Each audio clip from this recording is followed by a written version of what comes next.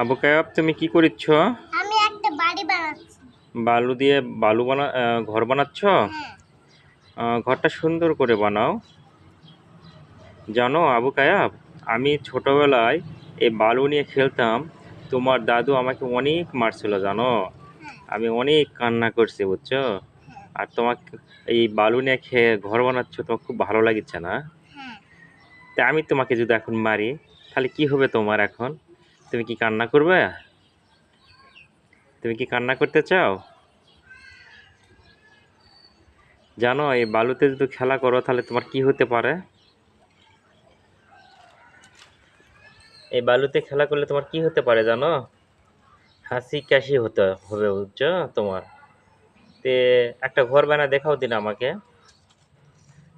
একটা সুন্দর করে একটা ঘর বানাও দিনি সুন্দর করে।